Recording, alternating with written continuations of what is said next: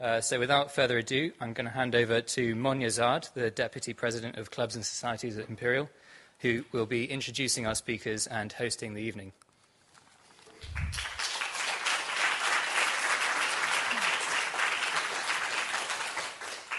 Thanks, James. So I'm just going to briefly explain the format of the evening. We're going to invite each speaker to present their arguments. We're going to hear first from Dr. Hugh Ross and then from Professor Lewis Wolpert. Then there'll be a brief period of discussion where each speaker can ask questions on what the others said. Then we'll open up the floor to Q&A. And then finally we'll allow brief concluding remarks from each speaker before you can all go and have more refreshments and maybe look at the bookstall at the end.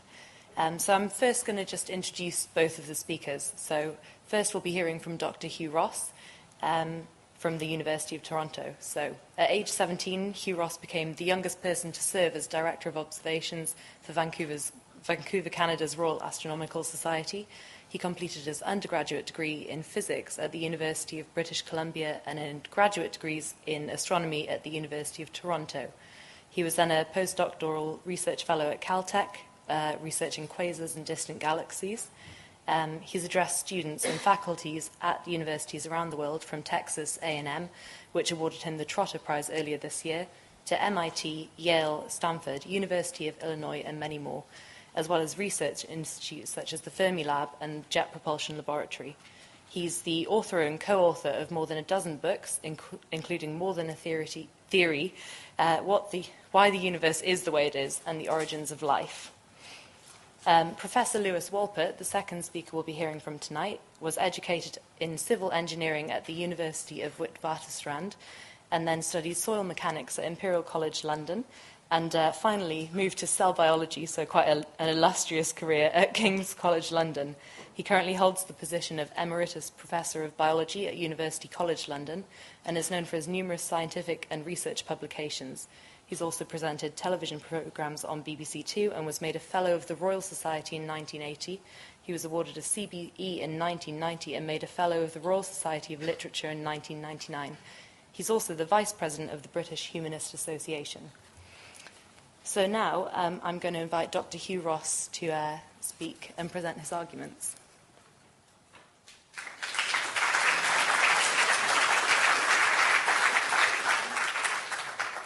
Well, it was 26 years ago that we founded Reasons to Believe, and it's an organization that develops brand new scientific evidences for the God of the Bible. We do that through a feature called Today's New Reason to Believe. It's free. You can get that at our website, and also we have podcasts where typically we jump on new scientific discoveries within hours after they've been announced and show how they provide more evidence for the Christian faith. And these days, you don't need a computer. You can get all this through an app, which gives you access to all of our podcasts and magazine articles and Today's New Reason to Believe. We've got some cards over there on the table that you're welcome to take with you that give you a brief review of some of the best scientific evidences for the God of the Bible. And also, you can use that to subscribe to all the things I've been talking about. And if you fill it out, we'll be happy to give you a CD which describes how astronomy brought me to faith in Christ 8 years before I met any Christians. But the theme I've been asked to address this evening is there cosmic evidence for God? Or put it another way, can science test creation? I mean, you've probably heard the charge that creation is not science because it's not testable, it's not falsifiable, it's not predictive, which is why for the past 25 years we've been building a biblical creation model that is testable, falsifiable, and we show how it predicts future scientific discoveries. Now, often in exchanges like this, we think it's a debate about design. And actually, it was Paul Davies, a British physicist, who wrote back in 1986, the impression of design is overwhelming. The debate is not about design. We see design all over the scientific spectrum. The real debate is who or what is responsible for the design that we see. And really, we need to come down to two questions in terms of emerging scientific evidence.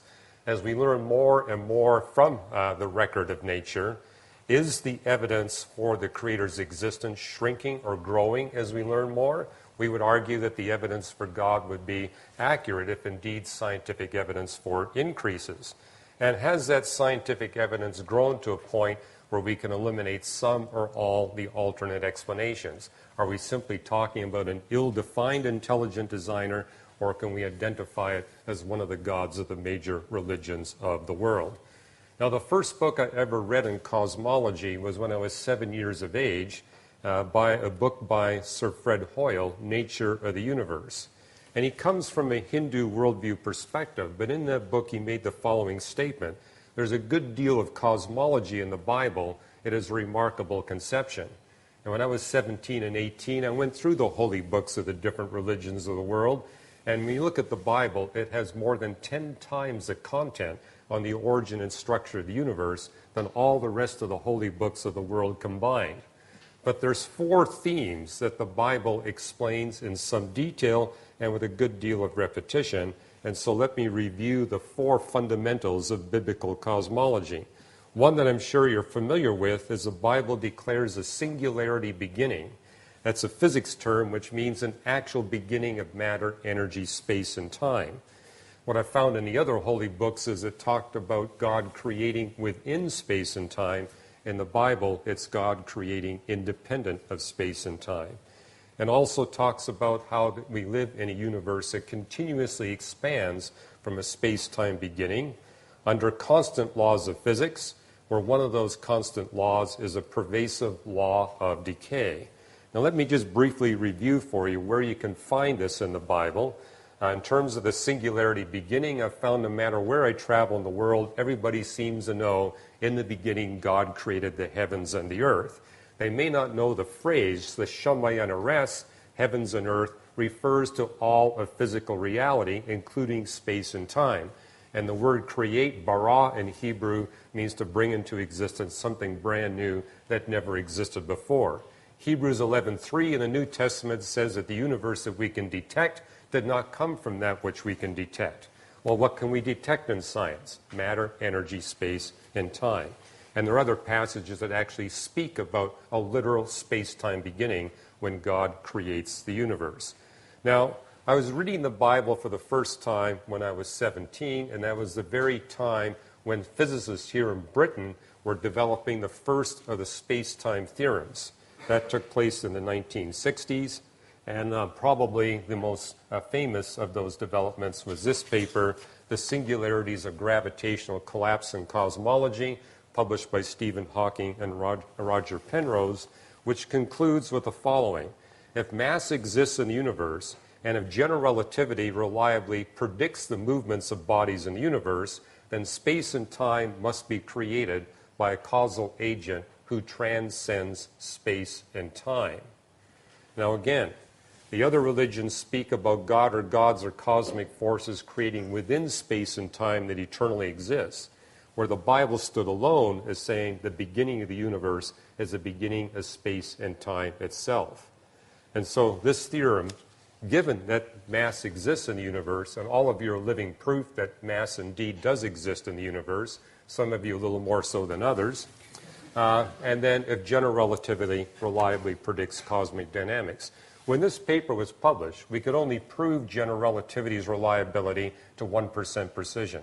Today, we can prove it to 15 places the decimal. In the words of Roger Penrose, general relativity ranks as the most exhaustively tested and best proven principle in all of physics.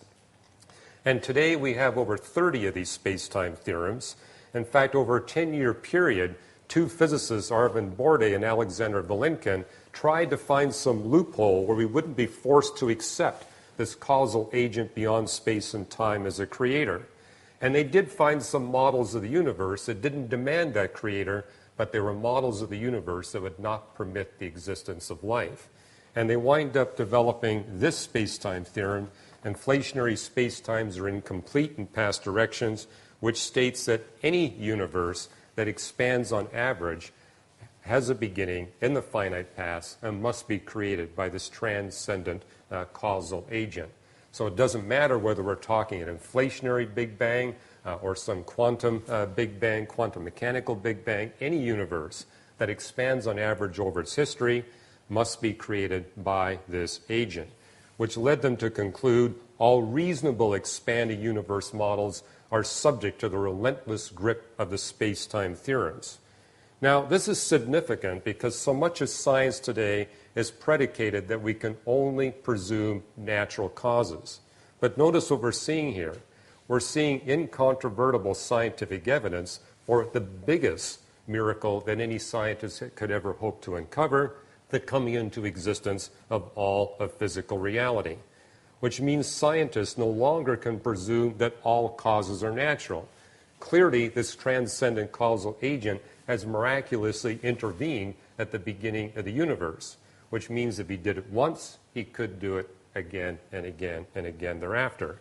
So we need to be open-minded in our scientific research, not only to natural causation, but also to supernatural causation.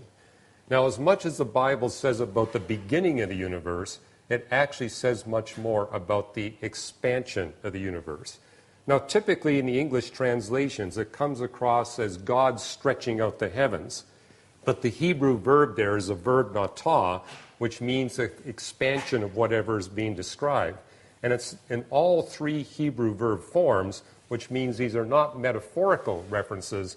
They're literally referring to a continual expansion of the universe. Now, at age 18, that caught my attention. As a young astronomy student, I realized this was unique to the Bible for over 2,000 years until Albert Einstein came along. For 2,000 years plus, the Bible stood alone in declaring that we live in a continuously expanding universe. And a number of years ago, I wrote a book called The Creator and the Cosmos, where I laid out the best evidence that we live in a continuously expanding universe. I don't have time to go through that tonight, but let me just give you a visual demonstration. These are two Hubble Space Telescope images, one of galaxies that are 12 billion light years away, and one of galaxies that are 2 billion light years away. And I purposely put both of these images to scale in terms of their geography. And what you can see is that 12 billion years ago, the galaxies were jammed so tightly together, they're literally ripping spiral arms off one another. But if you move forward 10 billion years, the galaxies are spread so far apart where that is now an extremely rare phenomena. And of course, we got images all the way in between, demonstrating that we actually do live in a continuously expanding universe. The Bible got it right. And in 7 different places, the Bible tells us that we live in a universe with constant laws of physics. Here's one example. God speaks and he says, I've established the fixed laws of heaven and earth. And one of those fixed laws is this pervasive law of decay, how in Romans 8, the whole creation groans subject to its bondage to decay. Now again, that caught my attention during my teenage years, because if we have a space-time beginning and the universe continuously expands from that beginning under constant laws of physics, where one of those laws is this pervasive law of decay, which you might call here the second law of thermodynamics, or lay people, Murphy's Law, how things tend towards decay. But what that predicts is that the universe would get progressively colder and colder in a highly predictable rate. So simply knowing the age of the universe, we would get a biblically predicted cooling curve for the universe. So this is an example where the Bible sticks its neck out and makes a numerically testable prediction of what we should expect about the cooling off of the universe. And so the solid curve there you see is a biblically predicted curve, and overlapping it are 13 measurements astronomers have made of the past temperature of the universe, and you can see how well the observations fit the biblically predicted curve. Now today we actually know what physical features of the universe govern the expansion of the universe. Namely, it would be the mass of the universe and something that's been discovered just 12 years ago, dark energy. Dark energy, we now know, makes up about 3/4 of all the stuff of the universe. It's the self-stretching property of the space fabric of the universe.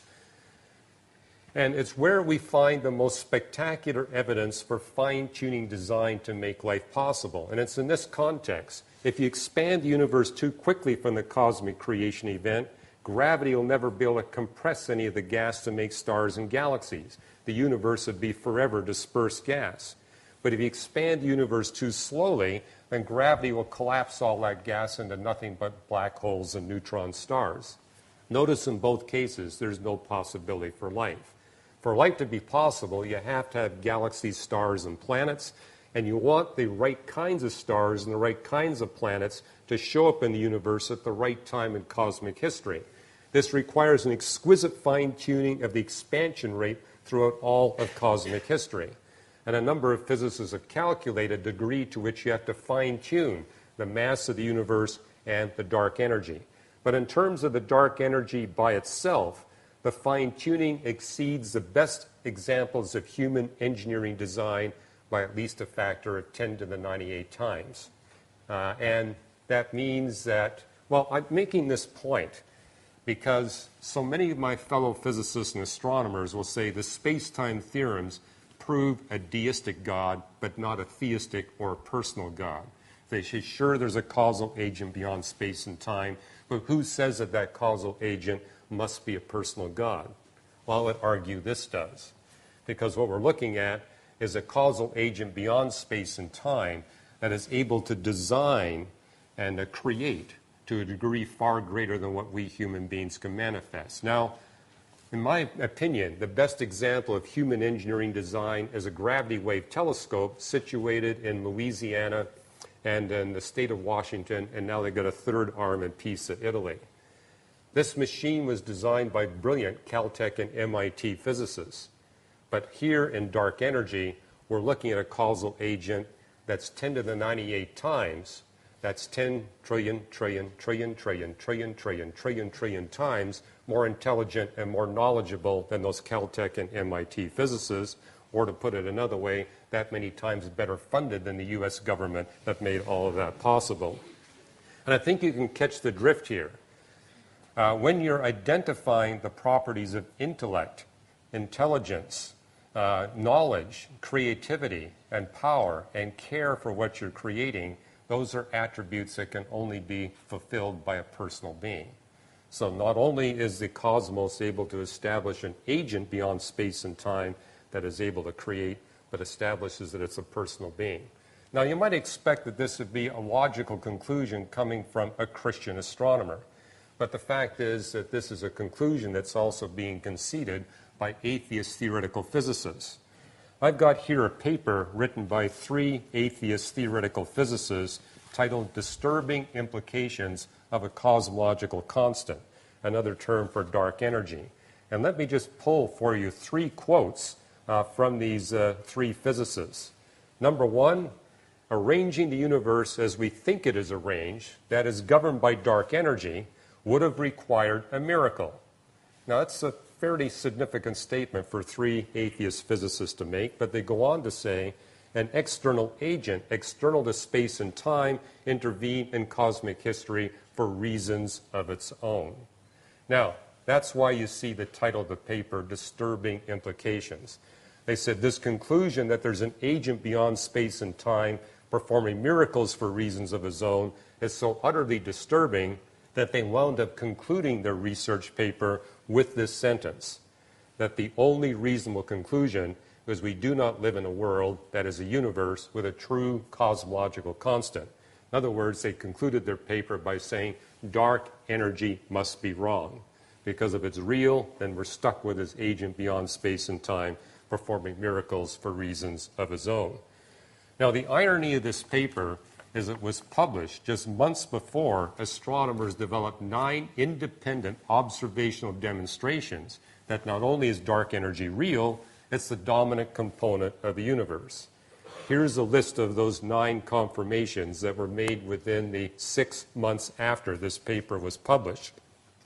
I'm not going to go into the technical details, I don't have time, but if you go to our website, you'll see articles that we've written about these 9 different observational demonstrations where we cite the original papers, and actually you'll find an additional article where we go through 17 independent observational verifications that not only is dark energy real, it's the dominant component of the universe.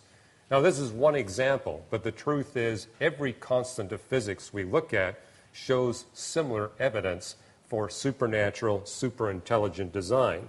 So here are a few examples. All four forces of physics must be fine-tuned.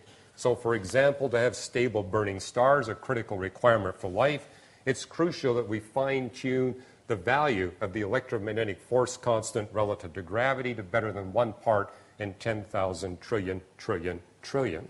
Again, that exceeds the best example of human engineering design achievement. And the list goes on. Now, one of the ways you could put this to the test is that if this is really evidence for the God of the Bible, we would anticipate that the more we learn about the universe, then the longer this list will grow. And we began surveying the scientific literature in this context back in 1991.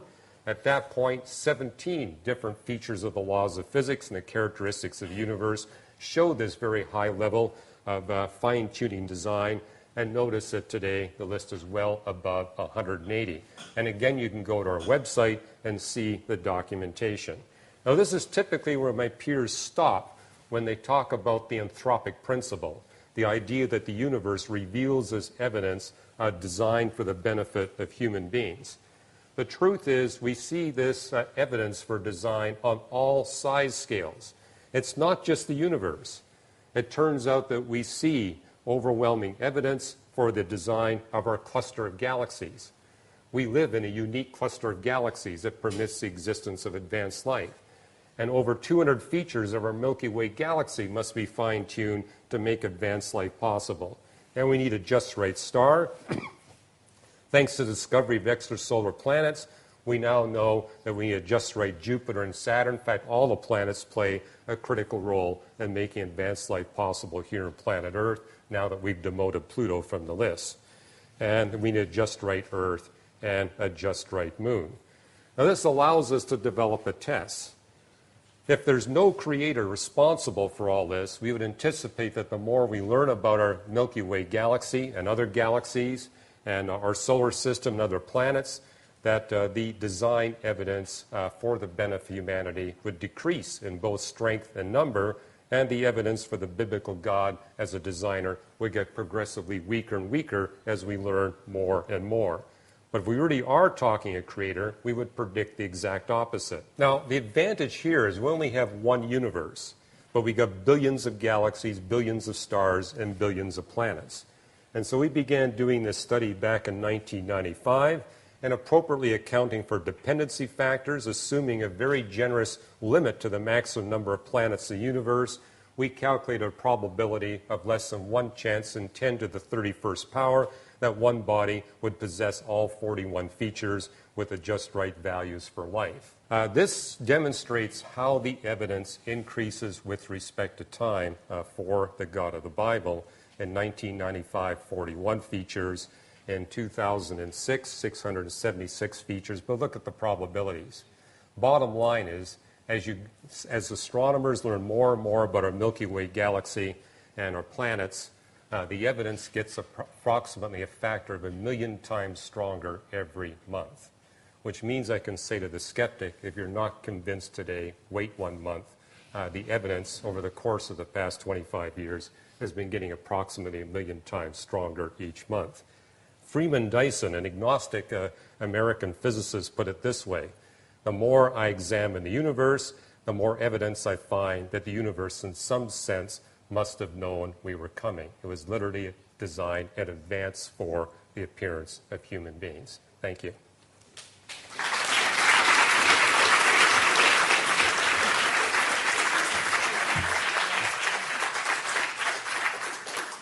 So now we're going to hear the arguments from Professor Lewis Wolpert, who's going to present the counter-arguments.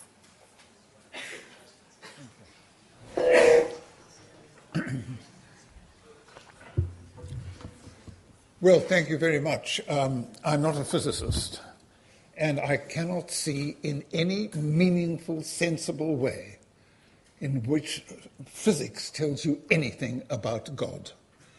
I mean, there was the thing that, there's this dark energy. Why does that tell you that there's a God? And, the first thing any reasonable person would say, where did God come from and who created God?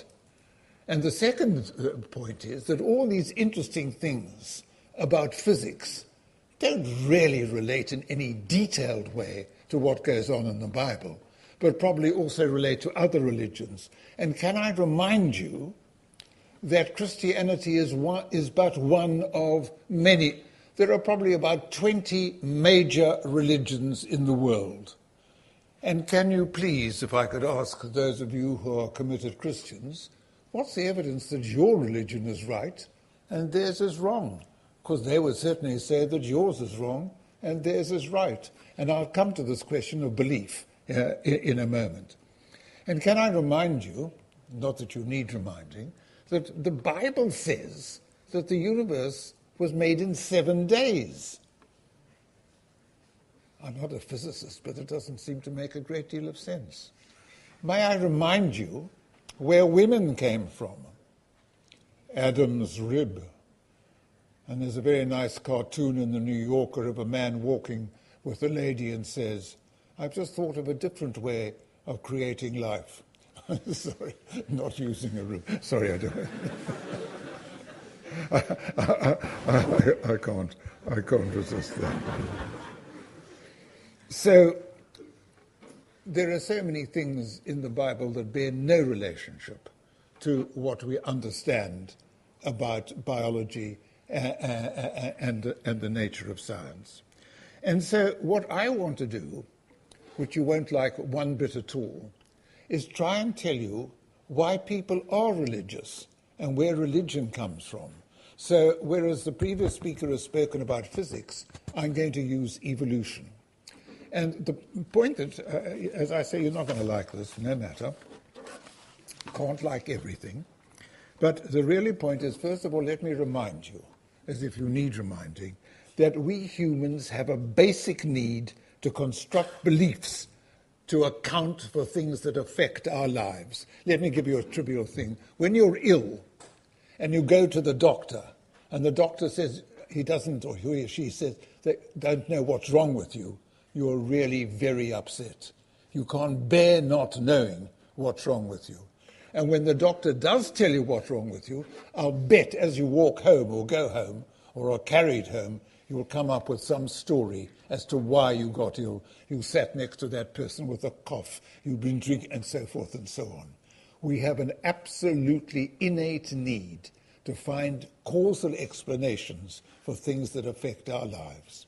And this really takes us back to the origins of religion.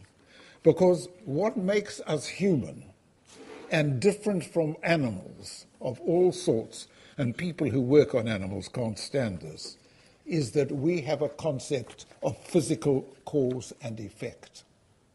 Animals have a very poor understanding of physical causes and effect.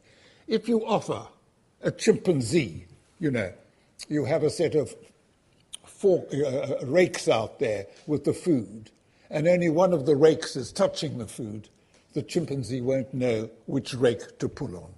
And there's a nice statement that seeing the wind blowing the fruit tree and the fruit falling off would persuade no animal to shake that branch. And what really makes us human is that we evolved concepts of cause and effect in relation to the physical world. And the reason we evolved those causes, the adaptive advantage, was it led to tool making. I want to tell you we are the tool-making animal. Yes, I know there are animals that break, chimpanzees that break nuts with stones, but it's very, very limited, their skills. And I know that they can put little branches into the tree to get out a few nuts, but basically they don't do much. And human beings evolved a concept of cause and effect, which had the advantage that they could make tools. You cannot make tools unless you have a concept of physical cause and effect. And once they had done this, and firstly it was a great advantage to have tools, and incidentally not everyone believes this. I've got Robin Dunbar believes that the real thing in evolution was not tool making, but cooperation between human beings. So let me ask you a question. If you were going to go into the jungle, what would you rather take with you? A colleague or an axe?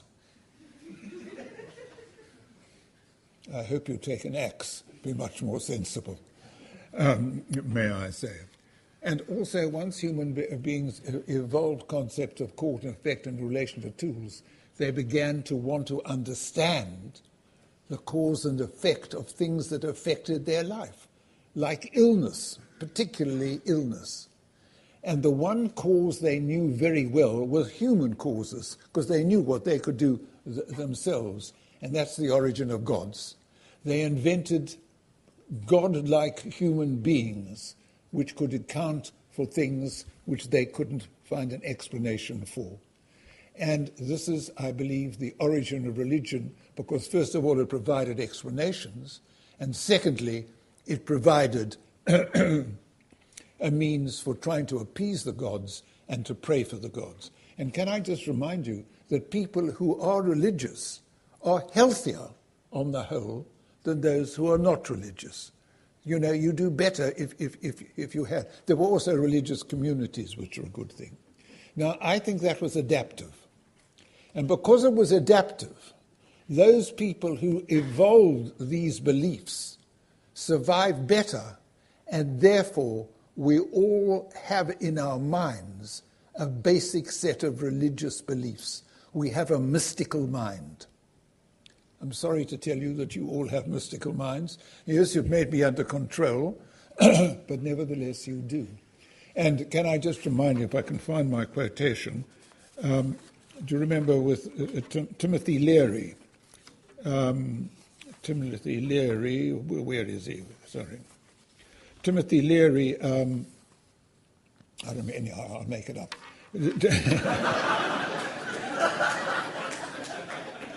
I know more or less what he said. Timothy Leary took LSD. And now you really want me to read the darn thing. Hold on a second. Here we are, I've got it. I discovered that beauty, revelation, sensuality, the cellular history of the past, God, the devil, all lie inside my body, outside my mind. This simple little silly molecule of LSD did that. That can only be because these sort of ideas were in our mind. And there is evidence that if you give someone one of the molecules from magic mushrooms, they have mystical experiences. And you can even get, if you put certain electric currents into people's brains, they have religious experiences. I claim we do have a mystical mind, and paranormal experiences are not that uncommon in the general population. And the percentage of people in the world who are religious, it's about 40% nowadays, or 40 to 50%. That's an awful lot of people. And I keep reminding you that Christianity is just but one of many religions. And the evidence that physics provides evidence from the Bible just seems to me certainly with no evidence. So what I would really like is some direct evidence for the existence of God. And also I want to know where God came from. Because if you're going to have God creating the universe, you also got to have someone creating, or something creating God. And I just don't see where this is. And so I think that one can get on perfectly well with recognizing that we don't need to have these mystical beliefs anymore, although I have to say I am not against religion, provided it doesn't interfere, like saying we mustn't have contraception and so forth. I think religion helps a great number of people to survive. It gives them someone to pray to, and on the whole, it can be very helpful to them. Where I'm totally against it is when they begin to interfere and try to impose their ideas on the public in general.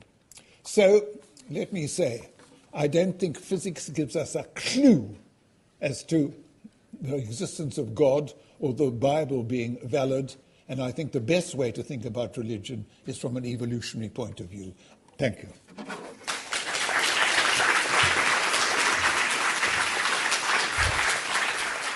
Okay, if we could have some quiet now, we're going to open up a period of discussion between Dr. Hugh Ross and Professor Lewis Wolpert.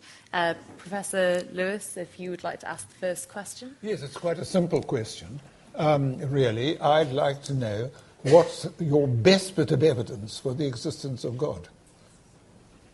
Well, that's what I tried to do in my talk tonight. Well, you asked me a question during the talk repeatedly. Who created God? Yes. Would you like me to try to answer that? Yes, it'd be lovely, yes.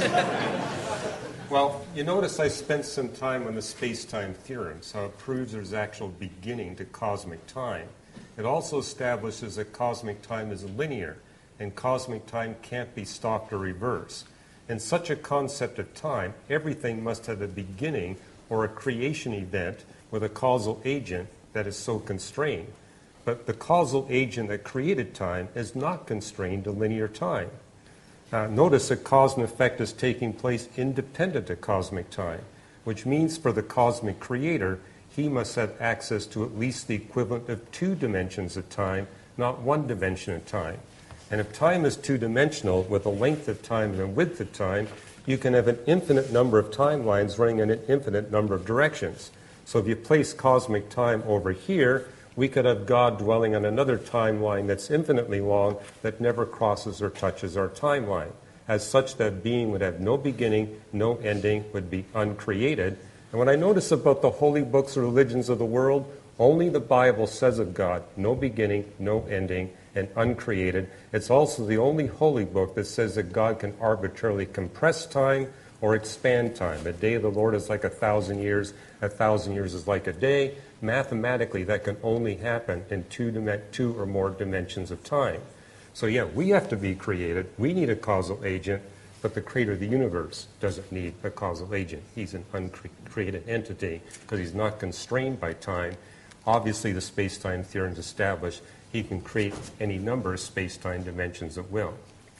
I don't really understand the physics, but that doesn't provide evidence for the existence of God. It does provide evidence for an agent beyond space and time that created matter, energy, space, and time, and that is a standard dictionary definition of God. Does the Big Bang not help at all here? The Big Bang helps tremendously Oh, because, well, what I tried to say in my talk is the Bible, I mean, we talk about all these different religions, and you're asking the question, why Christianity?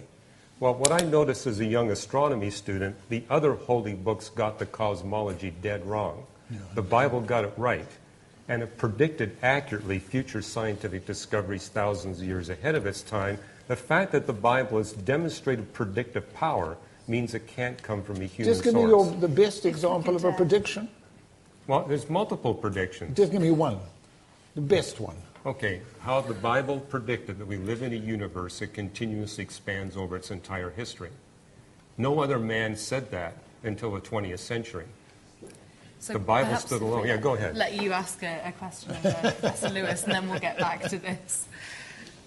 Well, I'm curious as to why you think there is no scientific evidence for God. I mean, people have been writing about this for centuries. Yes, and because they want to believe it. Well, I mean, where's the evidence for the non-existence of God? No, you can't say the evidence for the non-existence of God is the absence of evidence. Well, there are times where the absence of evidence is absence for evidence. I mean, a good example of that would be the origin of life, yes, where we recognize that Earth never had prebiotics. We know why it never had prebiotics. The physics of the Earth would forbid the development of prebiotics on the early Earth. We also know the origin of life happened in a geologic instant of time. You've got no time, and you've got no prebiotics. You've got no naturalistic explanation for the origin of life. Well, the origin of life is still an unsolved problem. I absolutely agree with you. You know, the origin of the first cell. Well, it's more than an unsolved problem. If you don't have prebiotics, you don't have a naturalistic solution. Well, I think there are, you know, without going through the details, which I'm not all that familiar with, about the origin of life, there are very complex models which people are working on for the origin of the first cell. It's really quite difficult. There's no problem about getting proteins and DNA, but to get a cell is something really quite difficult. Yes, and I would agree that chemists have made amazing advances in trying to develop this. But notice it's an intelligent chemist, well-funded, with a laboratory that's actually putting together some of the... I mean, And to claim this happened in nature without the benefit of the prebiotics, because notice that these chemists, they have the building blocks. They're putting the building blocks together. But what we're seeing on the early Earth is no building blocks. If you've got no building blocks, how can you put anything together? Well, but I think from the early Earth you could certainly have proteins. But no, the evidence is showing us, and it's all based on isotopic evidence, how, the isotopes tell us the Earth has postbiotics but no prebiotics. Prebiotics, you get a different carbon-12 to carbon-13 signature. We also know from physics that you can't get prebiotics because if you got oxygen in the early Earth's atmosphere, that stops the prebiotic chemistry. If you don't have oxygen, ultraviolet radiation comes through unimpeded, and that stops the biochemistry.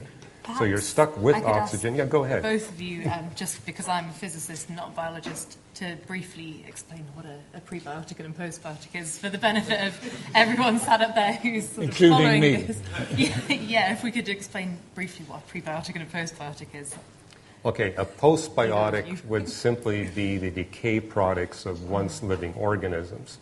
Prebiotics are the same kinds of molecules that could be assembled together to make a living organism. But the difference is you get isotope ratios of sulfur, nitrogen, and carbon that distinguish the prebiotics from the postbiotics. And so we have evidence that we see the postbiotic signatures but not the prebiotic. And I think what you'd enjoy as a physicist, we know why, is that if you've got oxygen, that's going to prevent the prebiotic chemistry from even getting off the ground. But if you don't have oxygen, nothing stops the ultraviolet radiation. And ultraviolet radiation is just as catastrophic to prebiotic chemistry. But when we come to biology, what about the creation of the first woman from Adam's rib? Must I take that seriously? Well, you need to read it carefully in the text. What it says is that God took something from Adam's side. Yes. I kind of interpret that as a biopsy. So he took a biopsy from Adam's side. I don't think he was crippled by the operation. And that biopsy would have given God a DNA template. And so I see two ways, according to the Bible, that God creates a new life form.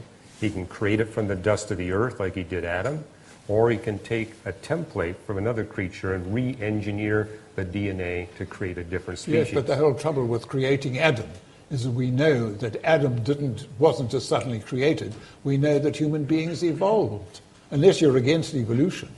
Well, what I notice in the evolution of mammals is there's been 4 papers published showing that if you have a mammal that has an adult body size bigger than 7 pounds, it will go extinct before it experiences significant evolution.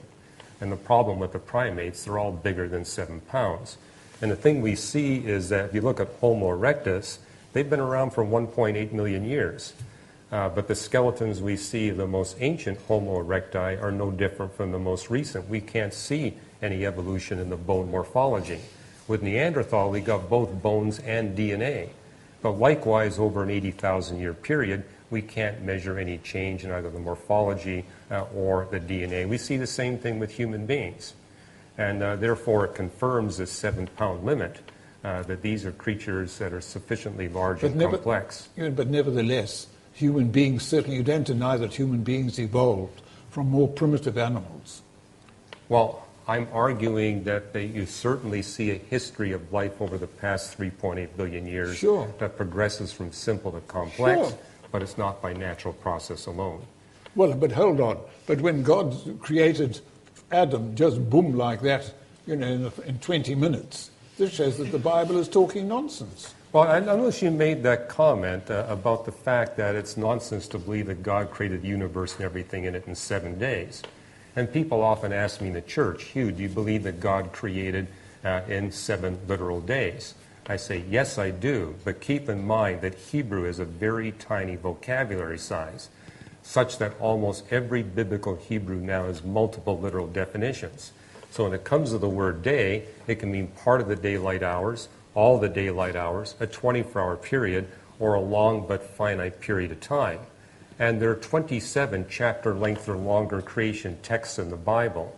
And when you compare all of them, it's clear that if you go with a 24-hour day interpretation, the Bible self-contradicts. If you go with 6 consecutive long periods of time for God's creation activity, then the entire Bible can be read both literally and consistently. So I'm a day-age creationist, and I believe the Bible literally teaches a day-age creation.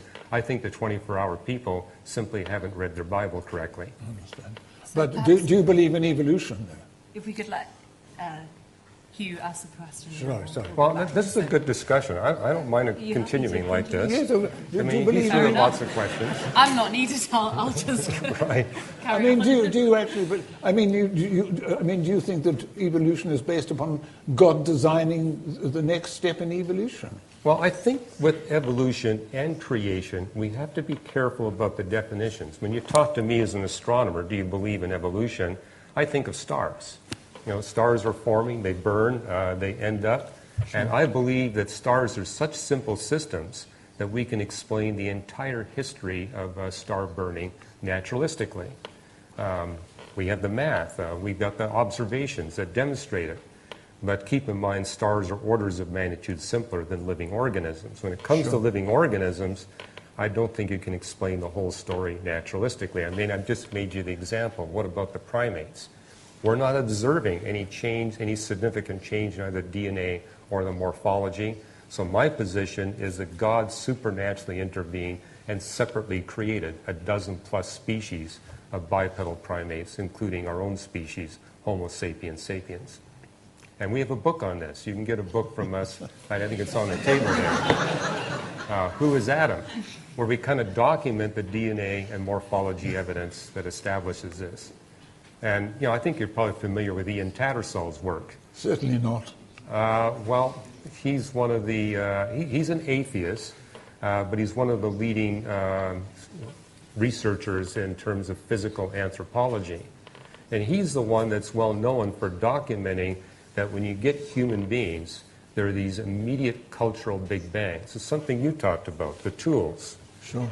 And what we notice, I mean, you made a great point. The chimpanzees and Neanderthals, they have tools, but they're primitive and they don't advance. They don't. I mean, what they have at the end is the same as what they had at the beginning. Yeah. Humans is different. As soon as humans show up, there's an explosion of technology, and it advances generation to generation. And we see that with clothing, we see that with jewelry, art, music. You mentioned religious expression. I think this documents that we human beings are unique amongst all the animals on the face of the earth. No question. Well, I mean, that's your third origin of life. And this is something I found interesting about the Bible compared to other holy books. The Bible speaks about 3 separate origins of life. Life is purely physical. Life is physical and soulish, a reference to birds and mammals, where they can relate to one another and nurture one another, and then one and only one species, its body, soul, and spirit. And I think you made a good point, too, about the brain. We can do experiments on the brain and actually stimulate religious experiences. No question. But that tells me that the brain is an interface with the spirit of the man. Exactly. And you can mess up the interface, just like you can mess up the interface Do you think of your that God? computer. Do you think there are any miracles? I mean, since God did this all rather a long time ago, has he or she done anything more since then? Well, something that impressed me when I was 17 reading the Bible for the first time is that it speaks of God creating for 6 days and resting on the 7th day. And one reason I believe that these can't be 24-hour days is when it comes to the 7th day, there's no evening and morning. And several passages of the Bible speak about the 7th day as an ongoing event through the present into the future. It's that period of time when God ceases from his creative work and focuses on targeting the problem of evil. And so as a scientist, I'm not expecting to find evidence for supernatural intervention in real time. I am expecting it in the 6 days. And I think this explains why so many of us astronomers believe in God and so few biologists do. Because almost all the data that comes to us in astronomy comes from before the existence of human beings. Whereas after human beings, God's at rest. And so the biologist is doing research in real time, all he's going to find is natural causation.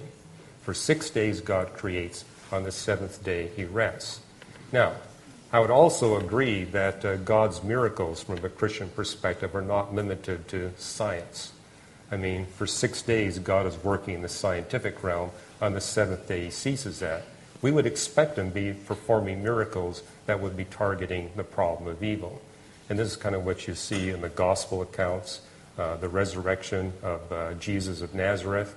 I would argue if you want to see something in real time, look at the book of Ezekiel.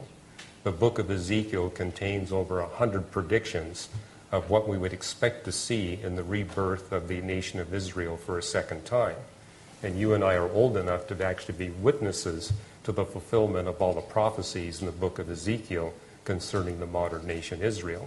So I think we could target that and say, that's clearly evidence, again, that the Bible has predictive power. If it's got predictive power, if it's never wrong in what it says about history and science, then this can't be from a mere human source. It's got to be from the one that created matter, energy, space, and time. So perhaps you'd like to ask a question of Professor Lewis, because I'm conscious that we're exploring your arguments very heavily. But right. less Well, so on this as I side. said, I'm comfortable with that. I've done debates before with atheist scientists. In fact, I was going to tell people about this debate we did at Caltech in front of the Skeptic Society.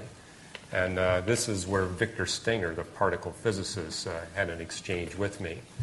But what I noticed about Victor Stenger, he really tried to present some positive evidence for his atheism.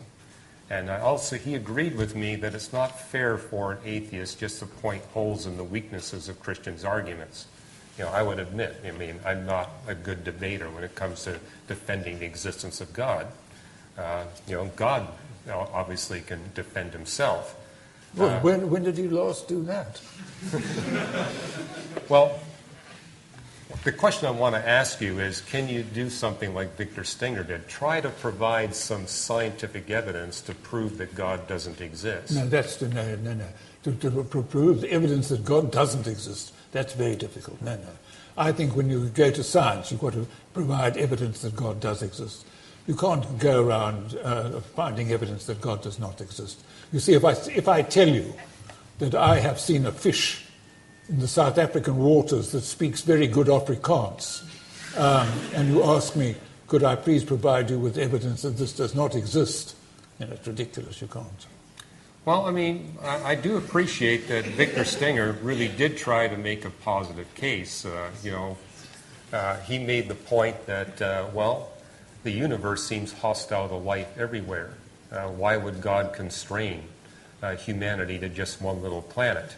And so he tried to argue that God is not all-powerful and all-loving, or the Christians have got it wrong about their God, because, after all, we're constrained to a small place. But I think from God's perspective, he would just look at humanity as being immature. And what I read in the Bible, God will one day deliver us to an a limitless habitat space. But at least we're having an exchange on this basis. And also what I appreciated about Victor Stenger, he said, science is an effective tool to testing the belief or the non-belief in the existence of God. And I tried to do a little bit of that in my talk.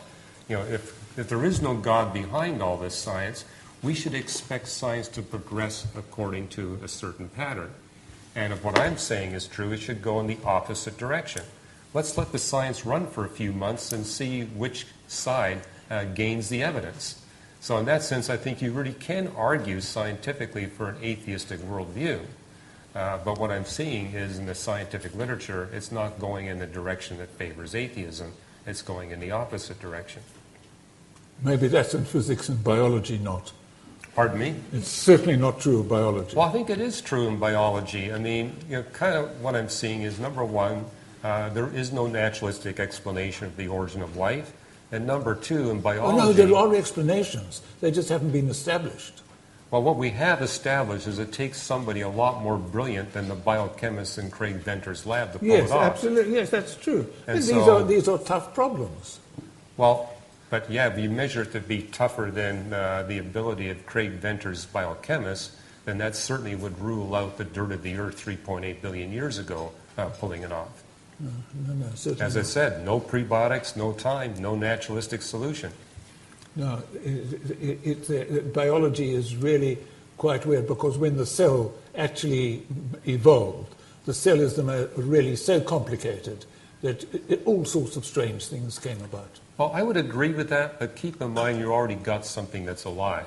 Once you've got something that's alive, Sure. there's a lot more causal capability. Sure. But what I'm talking about is going from something that has no life at all, I know. But just do the you think physics God, and the chemistry. hold on. Do you think God has life? Yes. Oh, not cells. Well, what the Bible tells us about God is that he is an immaterial being. He doesn't have a body. He is capable of creating dimensions at will, physics at will, But don't you find that a bit will. surprising, since he's got no body and yet can do all this creating? It doesn't surprise me at all because the space-time theorems tell us there's a causal agent that's able to create matter, energy, space, and time. It would make sense to me that a causal agent is independent of matter, energy, space, and time. It's got to be. Do either of you have any further questions for each other? I sort of feel like I'm in a tennis match and everyone's going backwards and forwards. Well, I heard your comment about, what makes you think your religion is right and every other religion is wrong. Yes. And I made the comment that, when I looked at the other religions, You they didn't got the science wrong. Yes. Hinduism, for example, says that we live in a reincarnating universe with a cycle of 4.32 billion years. We know the number is wrong. We also know the reincarnation concept has got to be wrong. The universe has way too much entropy for that to be a possibility. I saw that at age 17 and said, Gosh. Hinduism's not the way I'm going to go. And I looked at the Quran, and it tells about the stars being closer to us than the planets. I said, well, we know that's not right. But when I picked up the Bible, I spent 18 months trying to find a provable scientific error. Couldn't find any. When instead I found over 200 places in the Bible where it accurately predicted future scientific discovery, sometimes thousands of years in advance of the scientific discovery. Even predicting something in the book of Job, the oldest book of the Bible, tells us that darkness, cosmic darkness, is a substance. When I was a student, I was taught that darkness on a cosmic scale is simply the absence of light. Now we know it's an actual substance. The Bible also tells us that this cosmic darkness has specific locations in the universe. We now know that to be true. Well, here's an example of the most ancient book in the Bible getting the physics right thousands of years ahead of its Do time. other physicists agree with you? There must be physicists who say you're talking nonsense. Well, what I notice about the history of Big Bang cosmology is that for 60 years, physicists and astronomers did everything they could to get away from Big Bang cosmology.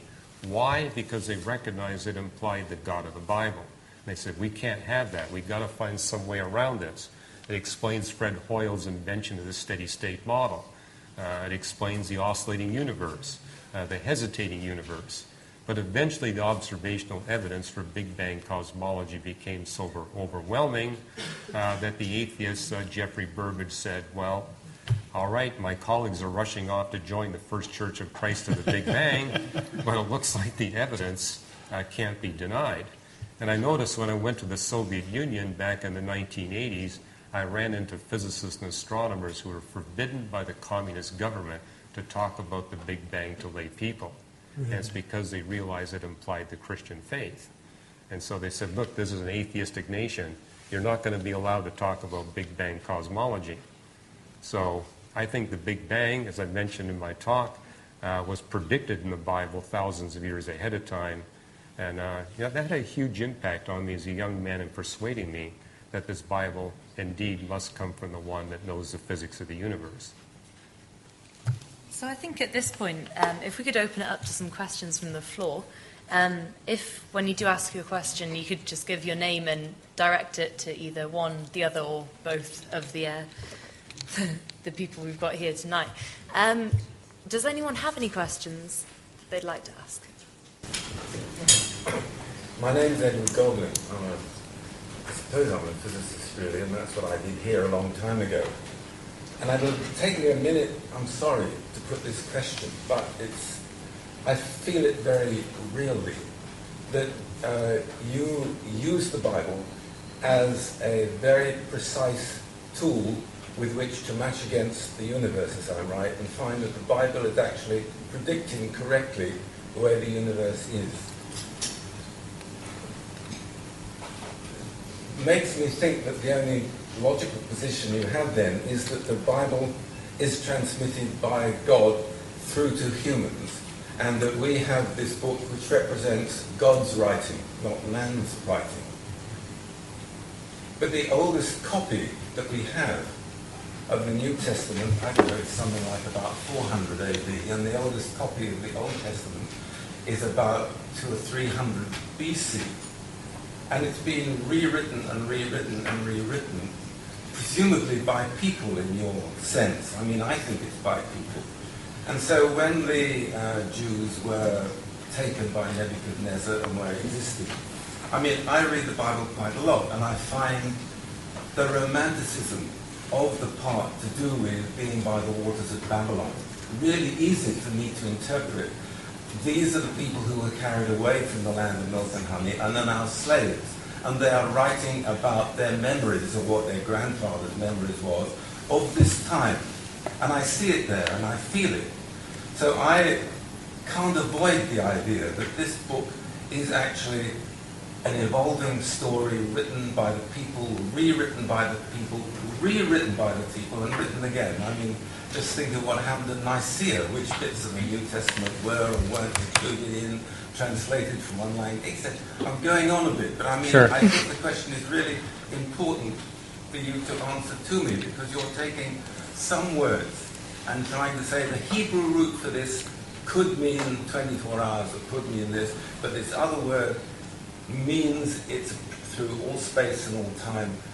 But when Abraham, or whoever it was, kind of wrote the original Bible in whatever language it probably wasn't Hebrew.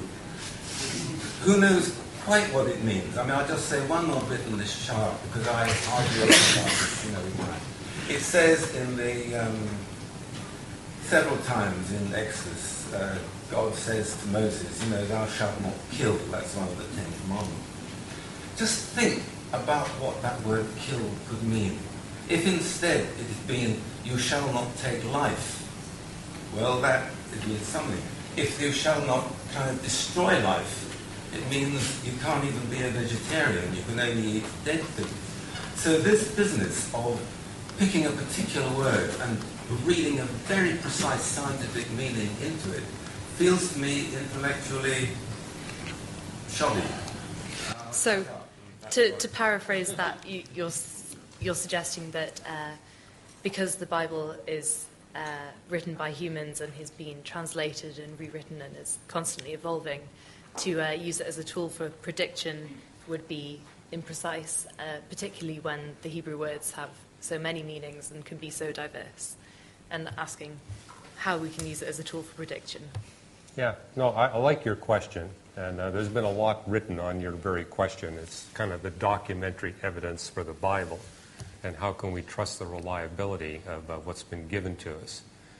You made reference to the fact that the oldest copy of the Old Testament is 2nd century BC, Dead Sea Scrolls, and that was a discovery made in our lifetime.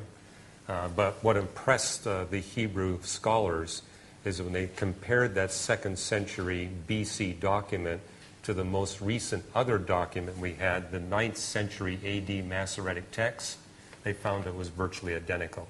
11 centuries separating these two documents and no change that we can see. Do you think that the Almighty is a caretaker of these words? So they come to you in order that you can make these predictions accurately, because he has taken of it, and anybody... That's kind of what I'm saying, is that we have evidence that there must have been some caretaking of the trustworthiness of the text. And part of what we now understand, there's a reason why the transmission's been so accurate from the past. Because when these Hebrew scribes would make copies of the Tanakh, the Old Testament, there would be a scribe making a copy, and there'd be 4 scribes, 2 in either shoulder, watching the copy that he was making. And every time the scribe made a mistake, the mistake was recorded in the margin. The other 4 scholars would initial it, that they had seen this mistake, and they corrected it. And so that explains why we have such a faithful transmission of the Old Testament. Now, in terms of the New Testament, there wasn't quite the care with respect to making copies that the Hebrews would exercise in the Old Testament. But the difference is we have tens of thousands of manuscripts. If we could just... Copying accurately is what I'm asking you to talk about. I'm asking you to talk about where the words actually come from. Okay, that's your second question. I mean, exactly to what degree can we trust the definitions of the words? Well, you can pick up what's called the Hebrew lexicon, which is basically a dictionary of the Hebrew words. And there are very good ones today, which actually show you not only the definitions of the Hebrew words at the time that they were recorded in the biblical text, but how those definitions changed over the centuries. And so you can use that to evaluate the degree to which you can trust the definitions of the words. And this, I think, is helped by the fact that you have overlapping passages that deal with this creation theology. So you're not stuck just looking at Genesis 1. There are 3 other biblical texts that also take you through the content of the 6 creation days. And so what I tell Christians in churches, it's not enough to take the Bible literally. We have to take it literally and consistently. It's just like science. We want to make sure our biology and our chemistry and physics match because we believe we live in a consistent universe. We live in a universe where science is possible. Well, in terms of the Bible, we have 66 books of the Bible, and the overlap allows us to develop a consistent theology. Okay, so there's a few more questions in the room. Someone at the back that had their hand up. Yeah? I'm my education, I study physics. I was wondering what the Bible has anything to do with the cosmic microwave background temperature and that predicts numerical values. And also, a side comment, I think we should also hear different from Lewis Wolpert. Sorry, I couldn't. Yes. So the question there was, what does the Bible do to actually predict the figures of cosmic microwave background radiation? Well, it's telling us that the universe has a space-time beginning, that it continuously expands from that beginning under constant laws of physics, and one of those laws is a pervasive law of decay. This is the principle of thermodynamics, that if you have an expanding system, the temperature goes down. If you've got a compressing system, the temperature goes up. That's how the pistons in your car engine work. When the piston chamber compresses, the temperature goes up. So if you've got a continuously expanding universe, that's a universe that must get colder and colder according to the laws of thermodynamics. So once you know the age of the universe, you can develop a biblically predicted cooling curve, and you can test that biblically cooling curve by measurements. Now, how do we do the measurements? We look at the spectral lines, particularly of... Yeah, go ahead. The question was less to do with how we predict the cosmic microwave background radiation and get the data for it here, but rather how you get the curve from the Bible itself. I mean, how do we get... The curve. Numerical values with data points and error bars. Mm-hmm. Okay, how do we make those actual measurements? Yeah, what we do... No, I think, to paraphrase, the question might be, where's the equation in the Bible? Well, I thought I answered that by saying the equation you get from the Bible is first, there's a space-time beginning.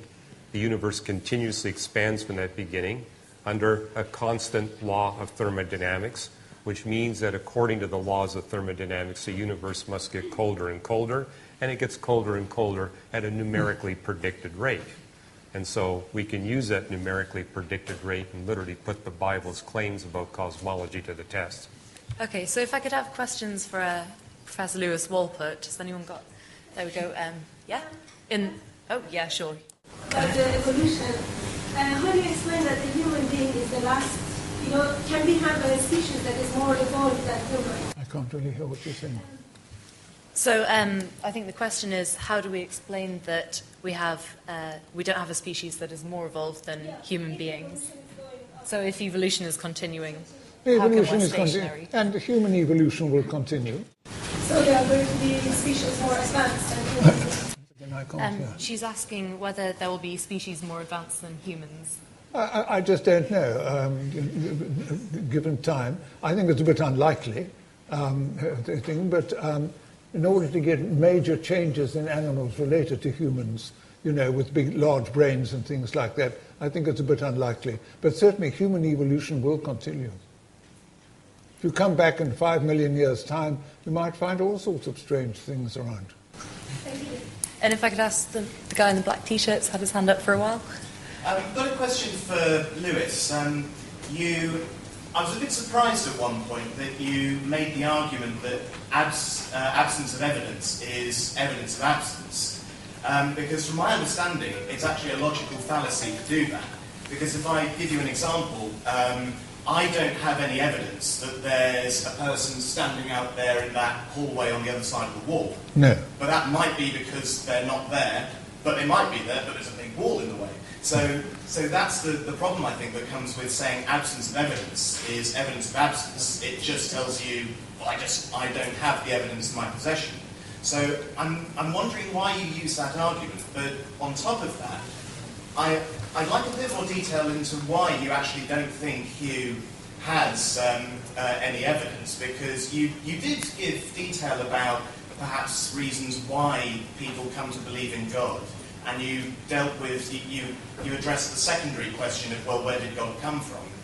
But unless I missed something, which I might have done, I didn't really hear, I think, any counter-argument to the specific evidence that Hugh presented from astronomy in the Bible. So I'd just like a little bit more on that. So do you defend that absence of evidence is evidence of absence? And why is there an absence of evidence with Hugh's arguments? Well, I find the physics hard to follow. I'm just not a good enough physicist to decide whether that's reliable evidence.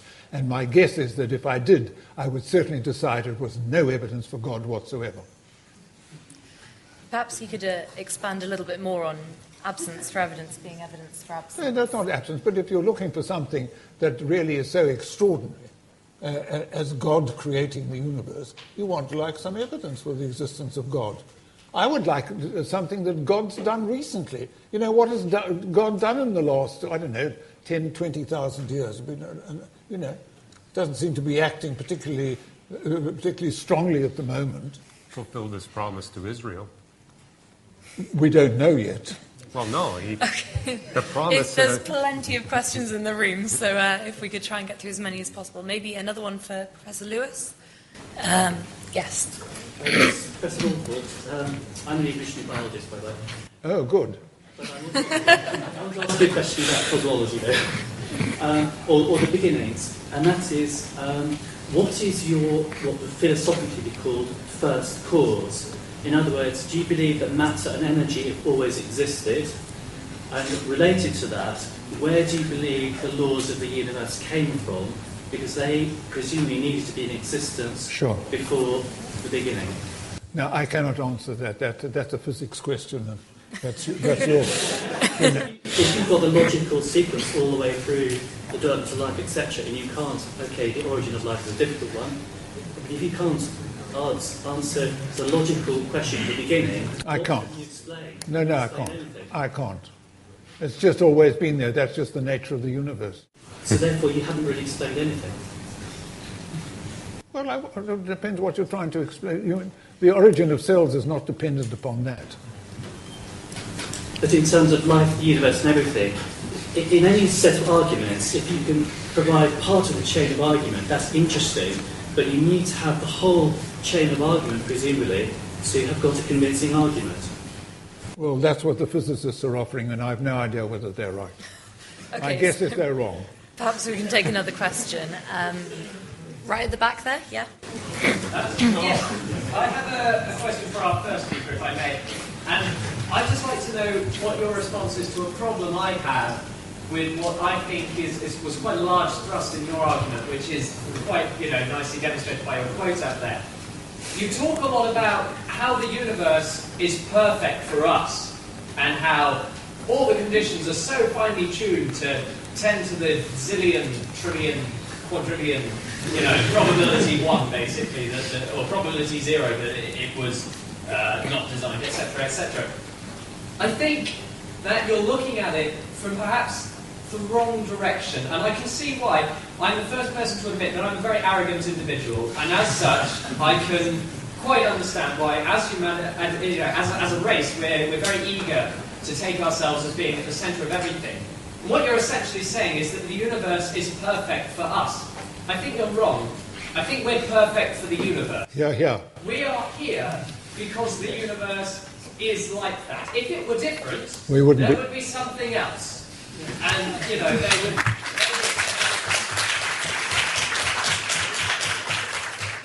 Very good. Okay, so to paraphrase, the question is how is the universe perfect for us? Is it not us, we that are perfect for the universe? Sure. Well, I would get your point if we came first. Then you could argue that the universe is perfect for us. But the point is the universe predates us human beings. Yes, I think point exactly. Fundamentally, he's asking if we weren't in existence because the universe hadn't had this very precise alignment and fine-tuning, then we wouldn't even know about it because we wouldn't be here. So. Okay, I think you're making a philosophical point that Richard Swinburne here in Britain answered about 20 years ago.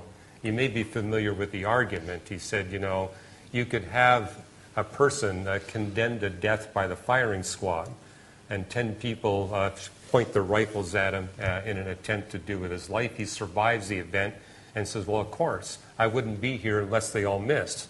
Richard Swinburne's argument is you need an explanation for why they all missed.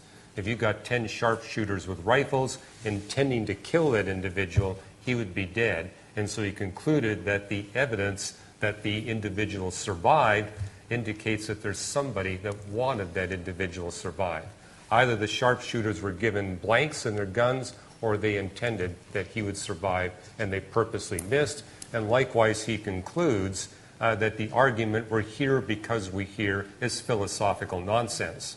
The fact is that to say that we're here because we wouldn't be here unless the universe had all these characteristics misses the point that the universe was purposed in order to allow us to exist. Now, something that came up in the debate I had with Victor Stenger, he says, well, what about other life forms? You're only talking about life as we know it. Well, that too is part of Christian theology, that God was not content to just make one-dimensional realm. He made a separate realm for the angelic host. Different physics, different dimensionality, but it's a different species of life. And Victor Stenger did admit that if we're talking human beings, then yes, the universe is uniquely designed and exquisitely designed to make our existence possible. So that was the one point where we agreed. But you can watch the debate and see. Like I understand arrogance, so it's... If I could take the question from this guy here. Sorry, yeah. I think part of the point he was trying to make, and I thought he made very well, was the idea that the universe must exist the way it does in order for us to be here at all. But on top of that, the argument you had is based around the word and the concept of fine-tuning, which I think is a really leading concept, because you're stating within that word that you think like that, this divine being, this God, whatever, had this active component of tampering with the universe. And it seems like a bit of an intellectual stretch to go from the fact that just because there's this improbability, the fact that the universe must be the way it is in order for us to be here. But if you look at it in terms of fine-tuning, to take that and to call that evidence, the existence and actions of a God, that, conveniently lives in a place outside every parameter that we have to observe the world around us, and that spoke to primitive humans 2,000 years ago, but not to us now. And why is that fine-tuning the logical conclusion? Surely you could attribute anything at all, to a being that is that vague. Well, it's not vague. The Bible is very precise in what it states about what the record of nature should look like. And this is just one example of hundreds of places where you can put the Bible to the test. That was part of my story. I looked at the other holy books of the religions first. And what I noticed was they did very poorly on trying to predict what kind of universe and history of life we would find in the universe.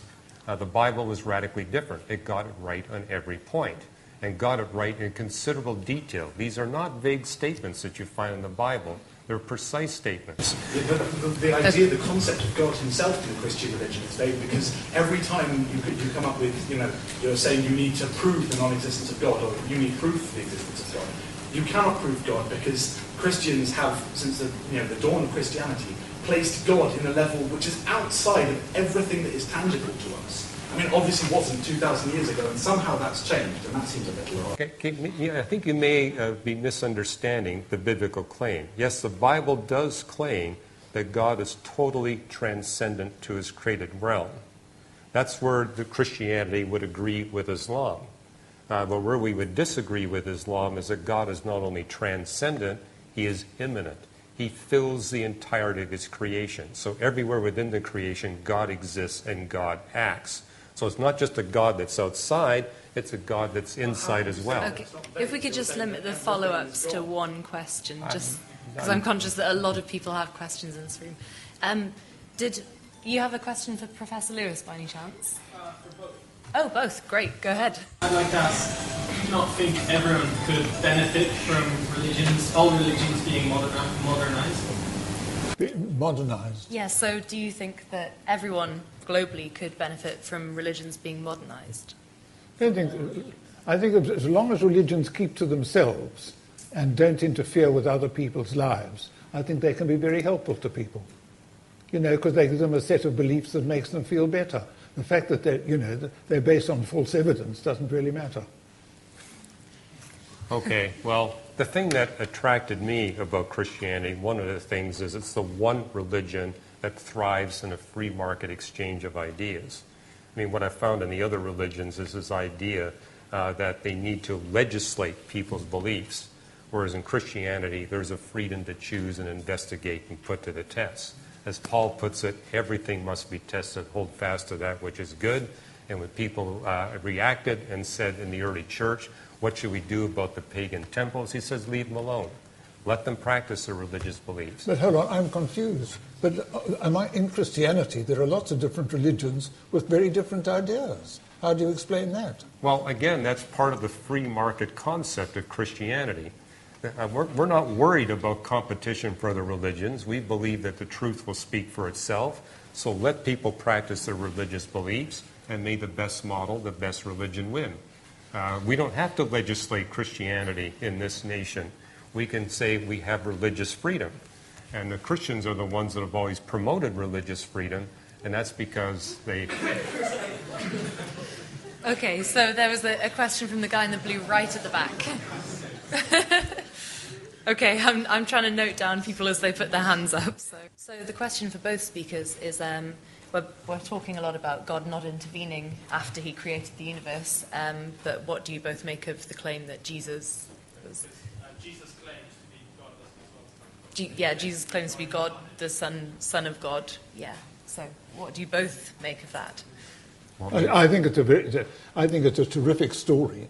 But the idea of being dead and then being taken up to heaven is just a myth and bears no relationship to reality whatsoever.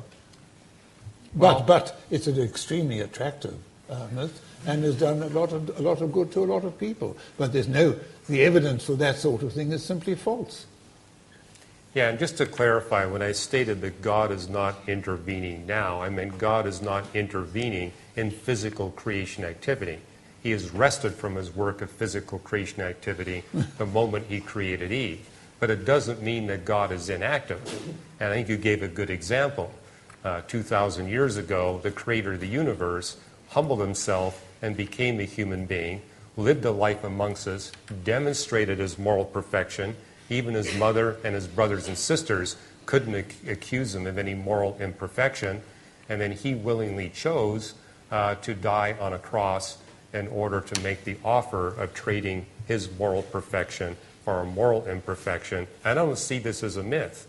I mean, when you look at the historical evidence for the bodily resurrection of Jesus from the dead, it's historically unassailable.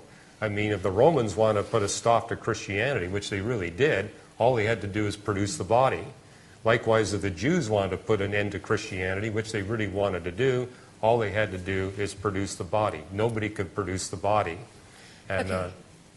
So I have two questions on that side, two in the centre, yes, you in the blue, and one over that side. So we'll go from this side. My question is for Professor Wolpert. You said two things were innate to the brain. One was kind of mysticism, and the other was rationality. I didn't say rationality. Well, you said we evolved rationality. No, we The no, concept no. of We cause and evolved effect. causal beliefs. Okay, so my question is, why should we trust that idea of causal beliefs, which is essential to science, and not the mystical part of our brain that you said was innate to us? Why is Because the causal belief enables us to make tools, which enables us to survive. The mystical one really leads us to religion, which can be a little helpful, but the causal one actually is what made human beings evolve in the way that we did. Because tool making was absolutely essential for our evolution. Okay, so if I could take your question. Do you have your hand up, the lady in the white shirt? Oh. Because it wasn't a question, the reason I was going, was because, it really isn't all that long ago that the death penalty for heresy was abolished. So I just think it's a bit rich to claim that Christianity has always promoted freedom. Very well.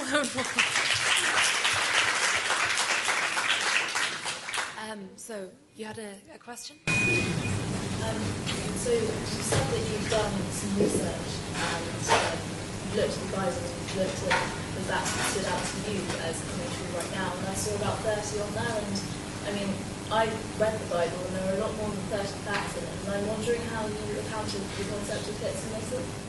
I couldn't quite hear you. The Bible has 30 what? So, not the Bible, your presentation had about 30 facts that you correlated between the Bible and the cosmic universe. But there's this concept called hits and misses, which is where you cherry pick what's correct from a model. And I'm wondering how you accounted for that when you did the research. Okay, I'm not sure I got your question right, so if I didn't, please respond. I think you're commenting that maybe I was cherry picking from the Bible the stuff that really looked good in terms of, yeah, it could seem that way. We do have a CD of my story of how my astronomy brought me to the Christian faith. And my story is I didn't meet Christians till I was 27. And I was very skeptical that any of these holy books would actually be from the creator of the universe. And I spent 18 months going through the Bible searching for a provable error or contradiction. And if I found one, I was prepared to reject the Bible and the Christian faith. And so I don't think I was cherry picking. I was really looking for evidence so that I could reject the Bible as the Word of God, just like I was going through the Hindu Vedas, the Buddhist commentaries, the Quran, the writings of Mormonism.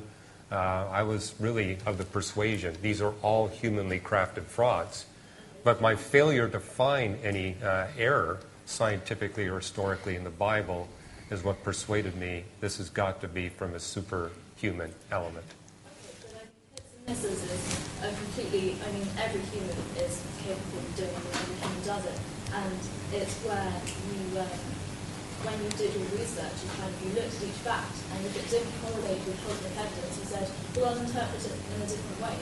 So, for example, the idea that Eve was created from Adam's side, you interpreted it in a completely different way from these, as the gentleman there said, very vague words that could mean any of thousands of different things. So I'm wondering how you accounted for that mathematically when you do the research. Okay, that's a good question. There are parts of the Bible that I still today don't understand what the meaning or interpretation of that is. But there are parts of the Bible that are very clear in what they communicate. And it's kind of like that in science, too. There's parts of the scientific revelation where there's really no ambiguity. And so what I was looking for was not a possible error in the Bible or a possible contradiction, but a provable contradiction or error. I felt if I found that, that would be a good basis for rejecting the Bible as a communication from God. So I still have issues with the Bible, just like I have issues with cosmology and astrophysics. We haven't got everything figured out. But what I notice in the scientific record, everything that we do understand with clarity fits together in a consistent way. There does seem to be this obedience to the scientific enterprise. The scientific method is based on the presumption that we live in a consistent, reliable, and logical universe. Well, I applied the same principle to the Bible. And so if I can find a provable error, in fact, if you can point one out to me, I'm willing to adjust my belief system. Often when I do these university events, one of the atheist science professors will say, can you give me a scientific discovery that would cause you to abandon your Christian faith? Well, I can give you a couple. If we were to prove definitively that the universe had no beginning, no space-time beginning, that would be catastrophic to the Christian faith, because the Bible so clearly teaches that in a variety of passages. If we were to prove that human beings have no distinction relative to any other of the life forms on planet Earth, that would be catastrophic to the Christian faith. Now, there are other scientific discoveries that would be corrosive. Because I'm conscious that there are a lot of other questions Yeah. in the room. So you've had your hand up for ages. Yeah, my question is for Dr. Ross. Poor Dr. Ross. He's getting all the questions. Carry on. That's all right. You can definitely help out, because it's about biology. One of the crucial things you said about evolution was that there's this theory that mammals above 7 pounds would go extinct or something close to that. It wasn't very clear. If you could just explain that and how that actually is, somehow disproving evolution, I would, because it's just not very clear to me. Right. Well, you'll find some articles in our Reasons.org website that talk about these recent studies. So you can go to that for the details. But basically, it comes from conservation biologists, where they're actually looking at what happens to mammalian species that have these large body sizes, and doing long-term evolution experiments to see what's happening to the morphology in the DNA, and then trying to build a long-term model based on that. And what they're pointing out is that what we see in field biology is that mammals that are, say, a few grams or a few ounces do a whole lot better in terms of survivability against environmental stress than mammals that have large body sizes. And indeed, half of the mammal species that were here when human beings first showed up are now extinct. And what we notice is that the larger body size ones that are in the most trouble in terms of trying to survive. And we kind of look at the last 50,000 years. 4,000 species of mammals have gone extinct. Not a single new one has showed up to replace those 4,000.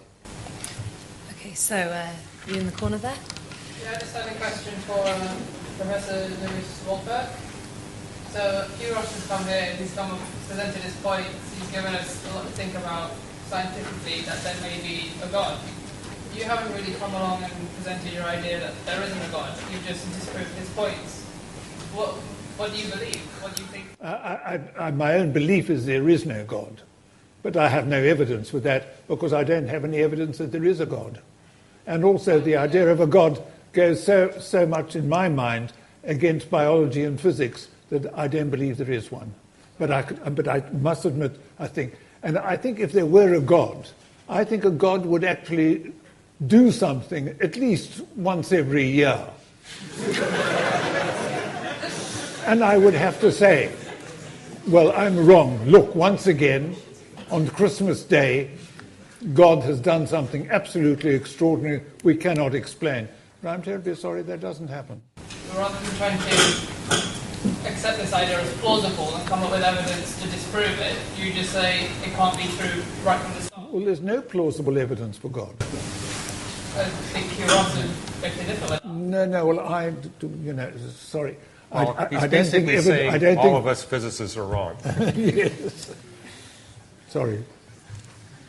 Okay, so I had... Well, not very sorry. The lady in the white top up there? I was just wanting to say that when you were looking at the different texts, you were trying to find a text that could explain the questions that we couldn't explain through science. Am I right in thinking that? Now, my perspective was if there is a book that's actually being communicated to humanity by the creator of the universe, it's going to be a book that's going to be error-free with respect to science, history, and geography. I would also expect it to have predictive power, predict things that the writers at that time would have no knowledge of. Why did you go and look for that book? Oh, so what started your journey through the religious Good question. texts? Okay. Well, I got interested in astronomy when I was 7. In fact, I knew that would be my future career from the age of 8 onwards. I was a very serious student of astronomy during my growing up years. And when I was 16, I spent a whole year just looking at cosmology, the origin and structure of the universe. And that was a time when there were a lot of competing models to explain the universe. Steady state, hesitating universe, the Big Bang. But even at that time, the observational evidence was heavily favoring Big Bang cosmology. And with Big Bang cosmology, you've got a beginning. With a beginning, you've got a beginner who operates beyond space and time. So that's when I became persuaded that God exists. So basically, science couldn't explain the beginning, so you wanted to find something that could explain the beginning. So it was a leap of faith. Well, my astronomy persuaded me there had to be this being beyond space and time that created everything. What I wanted to do is go to the next step and say, is it possible that this being desires to communicate with his human beings, or does he just simply stay hidden behind the space-time realm? And frankly, I started off with a presumption that God wouldn't be that interested in communicating with beings on an insignificant speck we call planet Earth. But when I looked at the different holy books, I was expecting all of them to be humanly crafted frauds. I was rather surprised that the Bible was not of that character. And so that's what persuaded me to sign my name in the back of a Gideon Bible, giving my life to Christ. And 8 years later at Caltech, I met Christians for the first time.